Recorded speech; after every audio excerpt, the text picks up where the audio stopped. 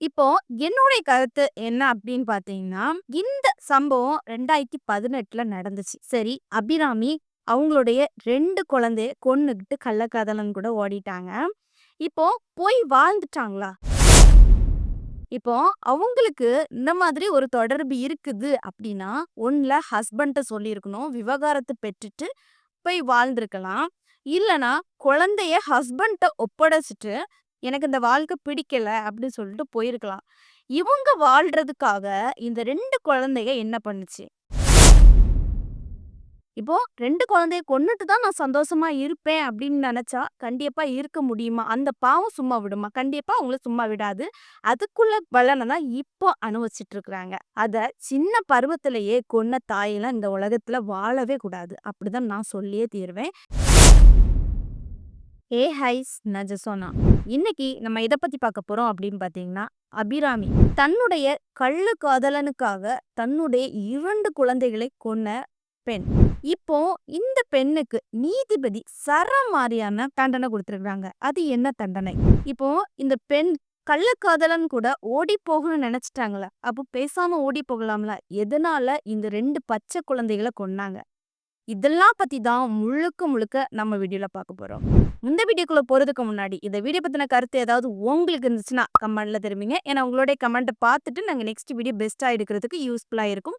வாங்க வீடியோக்குள்ள போய் பார்த்து தெரிஞ்சுக்கலாம்.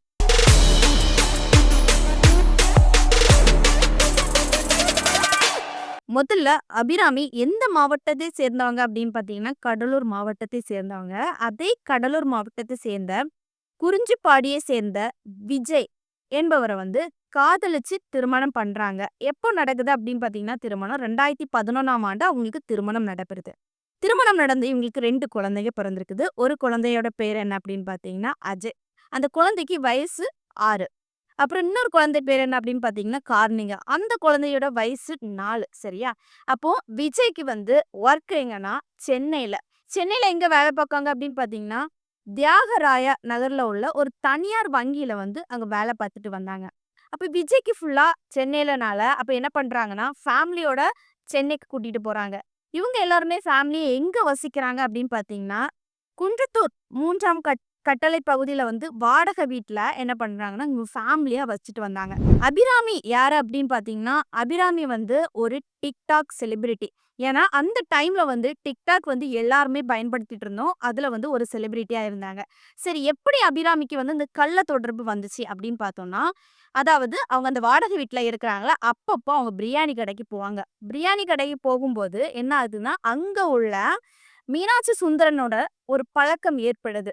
சரி, அப்போ என்ன பண்றாங்கன்னா, பழக்கம் எப்படி ஏற்படுதுன்னா, இவங்க தனிமையில சந்திக்கிற அளவுக்கு இவங்க 2 பேத்துக்குமே பழக்கம் ஏற்படுது. உடனே அபிராமி என்ன சொல்றாங்கன்னா, "விஜயோட எனக்கு வாழ பிடிக்கல. எனக்கு சுந்தரன் கூட தான் வாழ பிடிக்குது." அப்படிங்கிறது மாரி ஒரு அளவுக்கு போயிட்டாங்க. இத வந்து மறைச்சு இவங்க இவ்ளோ நாளா வாழ்ந்துட்டு வந்தாங்க. அப்போ ஒரு நாள் என்ன பண்றாரு சுந்தரர் வந்து, க ஒரு ஐடியா குடுக்குறாங்க. அதாவது, "நீ இப்படி இப்படி பண்ணு. குழந்தைய கொன்று நீ கொன்னுட்டு வா. நம்ம சேர்ந்து வாழலாம்." அப்படிங்கிற மாதிரி ஐடியா எடுத்து சொல்றாங்க. அதே மாதிரி அபிராமி என்ன பண்றாங்க அப்படின்னு பார்த்தீங்கன்னா, குழந்தை கொல்றதுக்காக பிளான் போட்டிருக்காங்க. என்ன பிளான்னா, நெறைய தூக்க மாத்திரை வாங்கியிருக்கிறாங்க. மெடிக்கல்ல போய் தூக்க மாத்திரை வாங்கி, குழந்தைக்கு குடுக்குற பால்ல கலந்து நம்ம குடுக்கலாம் அப்படின்னு சொல்லிட்டு ஒரு பிளான்ல வாங்கிட்டு வந்து, அந்த பால்ல தூக்க மாத்திரை கலந்து என்ன பண்றாங்கன்னா, அந்த 2 குழந்தைக்கு குடுக்குறாங்க. உடனே அந்த குழந்தைங்க வந்து அந்த பால குடிச்சுட்டாங்க. குடிச்சுட்டு உடனே என்ன ஆகுது அப்படின்னு பார்த்தீங்கன்னா, சின்ன பிள்ளைங்கல்ல, உடனே மயக்க நிலைக்கு போயிட்டாங்க. மயக்க நிலைக்கு போன பிறகு அபிராமி என்ன பண்றாங்கன்னா, அந்த 2 குழந்தையையும் மூச்ச பார்த்துருக்காங்க. பிள்ளைங்க மயங்கி தான் கிடக்குது அப்படின்னு சொல்லிட்டு, சாகணுமே, கொல்லணுமே அப்படின்னு சொல்லிட்டு என்ன பண்றாங்க, பில்லோ இருக்குல்ல தலவாணி எடுத்து மூஞ்சில அமுக்கி கொன்றுக்காங்க. கொன்னுகிட்டு அபிராமி என்ன பண்றா அப்படின்னு பார்த்தீங்கன்னா, சரி இனி இங்க இருந்தா மாட்டிக்கிடுவோமே அப்படின்னு சொல்லிட்டு, நேரா ஒரு அடகு கடைக்கு போறா. அடகு கடைக்கு போய் அவளுடைய தாலிய அடகு வச்சுட்டு, பணத்த எடுத்துக்கிட்டு, நேரா கோயம்பேட்டு பஸ் ஸ்டாண்டுக்கு போறா. சரியா? அங்க போயிட்டா. அதாவது இன்ஃபார்ம் யாருக்கு பண்றா அப்படின்னு பார்த்தீங்கன்னா, அவங்களுடைய கள்ளக்காதலனுக்கு இன்ஃபார்ம் பண்ணிட்டா. நான் வந்து இந்த மாதிரி பண்ணிட்டேன். நான் கோயம்பேடுக்கு போறேன் அப்படின்னு சொல்லிட்டு, அங்க போய் பஸ் ஸ்டாப்ல நிக்கிறா. சரி, இது என்ன ஆகுது அப்படின்னு பார்த்தீங்கன்னா, இந்த விஷயம் வந்து யாருக்கு தெரியாது அப்படின்னு பார்த்தீங்கன்னா, அபிராமியோட ஒரிஜினல் கணவர், அதாவது விஜய்க்கு இந்த சம்பவம் தெரியாது. ஏன்னா, விஜய் எங்க போயிட்டாங்கன்னா, அவங்க ஒர்க் போயிட்டாங்க. எப்பவும் போல ஒர்க் போயாச்சு. சரியா? அப்ப அபிராமி என்ன பண்றா? இங்க கோயம்பேடுல இருந்து பஸ் ஏறி நாகர்கோயிலுக்கு தப்பி வந்தாச்சு. உடனே விஜய் என்ன ஆகுதுன்னா, எப்பவும் போல வேலைய முடிச்சுட்டு, அவரு எப்பவும் போல வீட்டுக்கு வந்திருக்காரு. வீட்டுக்கு வந்து பார்க்கும்போது 2 குழந்தைகளும் இறந்து கிடந்திருக்கு. வாயில நொர தள்ளி இருந்திருக்குது. உடனே அவங்களுடைய மனைவிய பார்க்குறாங்க. அங்க இங்கேயுமா தேடி பார்க்குறாங்க. மனைவி இல்ல. அப்போ இது சந்தேகத்துக்குரிய விஷயமா இருக்குது அப்படிங்கிறதுக்காக என்ன பண்றாங்கன்னா, சென்னையில உள்ள காவல்துறை அதிகாரிகிட்ட கம்ப்ளைண்ட் குடுக்குறாங்க. கம்ப்ளைண்ட் குடுத்த உடனே, அங்க காவல்துறை அதிகாரிகள் வந்து என்ன பண்றாங்கன்னா, இந்த கம்ப்ளைண்ட்ட எடுக்குறாங்க. ஏன்னா, அக்கம் பக்கத்துல விசாரிக்காங்க. விசாரணையில வந்து எல்லாமே தெரிய வருது. கண்டிப்பா எல்லாருமே சொல்லுவாங்க, அபிராமிக்கு பிரியாணி கடைக்காரனுக்கும் தொடர்பு இருந்து அப்படின்னு சொல்லுவாங்க. சரியா? அதே மாதிரி என்ன பண்றாங்கன்னா, பிரியாணி கடைக்காரர் வந்து மாட்றாரு. ஏன் இவர் தப்பிச்சு போகலையா அப்படின்னு பார்த்தீங்கன்னா, இவரு என்ன பண்ணியிருப்பாரு, "நீ வந்து அங்க தப்பிச்சு போ. நான் ஏதாவது சால்வ் பண்ணிட்டு வந்துருவேன்." அப்படி சொல்லிட்டு வெயிட் பண்ணி இருந்திருப்பாரு. அதே மாதிரி போலீஸ் கிட்ட கையும் களவுமா மாட்டியாச்சு. மாட்டுன உடனே போலீஸ் அதிகாரிகள் வந்து அந்த பிரியாணி கடைக்காரர் சுந்தரத்த போலீஸ் அதிகாரிகள் விசாரணை நடத்துறாங்க. அப்போ அவரு எல்லாமே சொல்லி தான ஆகணும். கண்டிப்பா அப்படி அவர் சொல்லாட்டாலுமே அவருடைய ஃபோன்ல பார்த்து எப்படியும் கண்டிப்பா எடுத்திருப்பாங்க. அதே மாதிரி அவரு சொல்லியாச்சு. அதாவது நான் இந்த மாதிரி சம்பவங்கள் நடந்துச்சு. இங்கேருந்து பஸ் ஏறி நாகர்கோயிலுக்கு போயாச்சு. நாகர்கோயில்லேருந்து அவ கேரளாவுக்கு போறா அப்படிங்கிற மாதிரி பிளானு அப்படிங்கிற மாரி சொல்லியாச்சு. சரியா? உடனே சென்னை காவல்துறை அதிகாரிகள் என்ன பண்றாங்க அப்படின்னு பார்த்தீங்கன்னா, டைரக்ட்டா நாகர்கோயில் காவல்துறை அதிகாரிகள்ட்ட இன்ஃபார்ம் பண்றாங்க. உடனே காவல்துறை அதிகாரிகள் வந்து இத ஆக்ஷன் எடுத்து, அபிராமி எங்க இருக்கிறா? என்ன? எப்படின்னு சொல்லி பார்த்து என்ன பண்றாங்கன்னா, அரெஸ்ட் பண்றாங்க. அந்த டைம்ல அவன் திருவனந்தபுரத்துக்கு தப்பிச்சு போறது மாதிரி இருந்தா, அந்த டைம்ல காவல்துறை அதிகாரிகள் அரெஸ்ட் பண்ணிட்டாங்க. உடனே என்ன பண்றாங்க அப்படின்னு பார்த்தீங்கன்னா, அபிராமியும், சுந்தரையும் போலீஸார் கைது பண்ணி, இருவருமே புழல் சிறையில வந்து அடைக்கப்பட்டாங்க. சரியா? அடுத்தது என்ன நடக்குது? இவங்க சொன்னதெல்லாம் உண்மையா அப்படின்னு சொல்லிட்டு டீட்டெயில்ஸ் கலெக்ட் பண்ணுவாங்கல்ல, அதன் அடிப்படையில வந்து 2 குழந்தைகளுக்கும் என்ன பண்றாங்கன்னா, பிரேத பரிசோதனை பண்றாங்க. பிரேத பரிசோதனையில டாக்டர்ஸ் என்ன ரிப்போர்ட் சொன்னாங்க அப்படின்னு பார்த்தீங்கன்னா, இந்த 2 குழந்தைகளுக்கும் உடம்புல தூக்க மாத்திரை குடுத்து தான் பால்ல குடுத்து கொன்றுக்காங்க. அது மட்டும் இல்லாம, பில்லோ எடுத்து அமுக்கி மூச்சு திணறல் மூலமா இந்த பிள்ளைங்க செத்துருக்குது அப்படிங்கிற மாதிரி டாக்டர்ஸ் வந்து டீட்டெயிலா வெளியிட்டிருக்காங்க. அது அடிப்படையில வந்து இந்த வழக்கு ஸ்ட்ராங் ஆயிடுச்சு. அதன் பிறகு இந்த வழக்கு தொடர்ந்துட்டு தான் இருந்துச்சு. எங்க அப்படின்னு பார்த்தீங்கன்னா, காஞ்சிபுரம் மகளிர் நீதிமன்றத்துல கடந்த 7 ஆண்டுகளாக நடைபெற்று தான் வந்துட்டு இருக்குது. இந்த நிலையில இன்று ஜூலை 24, 2025 இன்னைக்கு இவங்க 2 பேத்துக்குமே தண்டனை குடுத்துருக்காங்க.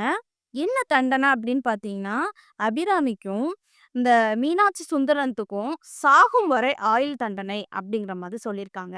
தண்டனை பிரிவு அப்படின்னு பார்க்கும்போது, இந்திய தண்டனை சட்டம் 1860 பிரிவு 302 கொலை வழக்கின் கீழ் வந்து இந்த தண்டனை பிரிவுல வந்து இவங்களுக்கு சாகும் வரை ஆயுள் தண்டனை அப்படிங்கிற மாதிரி குடுத்துருக்காங்க. இப்போ என்னுடைய கருத்து என்ன அப்படின்னு பார்த்தீங்கன்னா, இந்த சம்பவம் 2018ல நடந்துச்சு.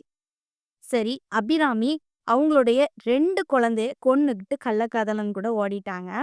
இப்போ போய் வாழ்ந்துட்டாங்களா? எங்க வாழ முடிஞ்சுது? கொலை பண்ணிட்டு போயி என்ன பண்ணிட்டாங்கன்னா, அப்பதுலருந்து இப்போ வரைக்குமே சாகும் வரைக்கும் வர அவங்க ஜெயிலுக்குள்ள தானே வாழ்ந்து ஆகணும். இப்போ அவங்களுக்கு இந்த மாதிரி ஒரு தொடர்பு இருக்குது அப்படின்னா, ஒண்ணுல ஹஸ்பண்ட்ட சொல்லியிருக்கணும். விவாகரத்து பெற்றுட்டு போய் வாழ்ந்திருக்கலாம். இல்லன்னா குழந்தைய ஹஸ்பண்ட்ட ஒப்படைச்சுட்டு, எனக்கு இந்த வாழ்க்கை பிடிக்கல அப்படின்னு சொல்லிட்டு போயிருக்கலாம். இவங்க வாழ்றதுக்காக இந்த 2 குழந்தைக என்ன பண்ணுச்சு? அதுதான் எல்லார்த்தையோட கேள்வி. இப்போ 2 குழந்தைய கொன்னுட்டு தான் நான் சந்தோஷமா இருப்பேன் அப்படின்னு நெனச்சா, கண்டிப்பா இருக்க முடியுமா? அந்த பாவம் சும்மா விடுமா? கண்டிப்பா அவங்கள சும்மா விடாது. அதுக்குள்ள பலன தான் இப்போ அனுபவிச்சுட்டு இருக்கிறாங்க. அதே மாதிரி இந்த 2 குழந்தைகள இழந்தது அவங்க அப்பா. அவங்க அப்பா வந்து இன்ன வரைக்கும் நீதி கிடைக்கணும் அப்படிங்கிறதுக்காக விஜய் வந்து ஒவ்வொரு டைம்லயும், ஒவ்வொரு வாட்டியும் அவங்க வந்து நீதிமன்றத்துக்கு போயிட்டே தான் இருந்தாங்க. அதே மாதிரி இன்னைக்கு அவங்களுக்கு தீர்ப்பு கிடைச்சிருக்குது. கிட்டத்தட்ட 7 வருஷமா வெயிட் பண்ணி இன்னைக்கு தான் தீர்ப்பு கிடைச்சிருக்குது. இனி இந்த மாதிரி இப்ப இவங்களுக்கு இந்த மாதிரி சாகும் வரை ஆயுள் தண்டனை குடுத்துருக்காங்களா? இனியாவது இந்த நாட்ல நெறைய சம்பவங்கள் வந்து நடந்துட்டு தான் இருக்குது. இத பார்த்துக்கிட்டு நெறைய பேர் திருந்துவாங்க அப்படின்னு வந்து நான் நெனைக்கிறேன். ஏன்னா, ஒரு பச்சை குழந்தைகளுக்கு என்ன தெரியும்? ஏன்னா, அது உலகத்துல பொறந்து நெறைய சாதிக்கணும், நெறைய கனவுகள் அதுக்கு இருக்கும். அதுக்காக தான் பொறந்து வந்திருக்குது. அத சின்ன பருவத்திலேயே கொன்ன தாயெல்லாம் இந்த உலகத்துல வாழவே கூடாது. அப்படிதான் நான் சொல்லியே தீருவேன். அதே மாதிரி நீதிமன்றத்திலயுமே அவங்களுக்கு தீர்ப்பு குடுத்ததும் கரெக்ட்டா தான் இருக்குது. இத ஃபுல்லா தண்டனை அனுபவிச்சு ஜெயிலுக்குள்ள இருந்து வாழணும் அப்படின்னு குடுத்தது ஒரு நல்ல ஒரு தீர்ப்பு தான் நான் சொல்லுவேன். டைரக்ட்டா அவங்கள தூக்கு தண்டனை அந்த மாதிரி போடதுக்கு இல்லாம, இந்த மாதிரி ஒரு பாடம் அமைஞ்சது என்ன பொறுத்தவரைக்கும் நல்லது. இந்த வீடியோ பார்க்குற நீங்க இத பத்தி நீங்க என்ன நினைக்கிறீங்க? அபிராமிக்கு சாகும் வரை ஆயுள் தண்டனை குடுத்துருக்காங்கல்ல. இது உங்கள பொறுத்தவரைக்கும் தப்பா? கரெக்ட்டா? இத பத்தி என்ன நினைக்கிறீங்கன்னு கமெண்ட்ல தெரிவிங்க. நெக்ஸ்ட் ஒரு வீடியோல சந்திக்கிறேன். பை.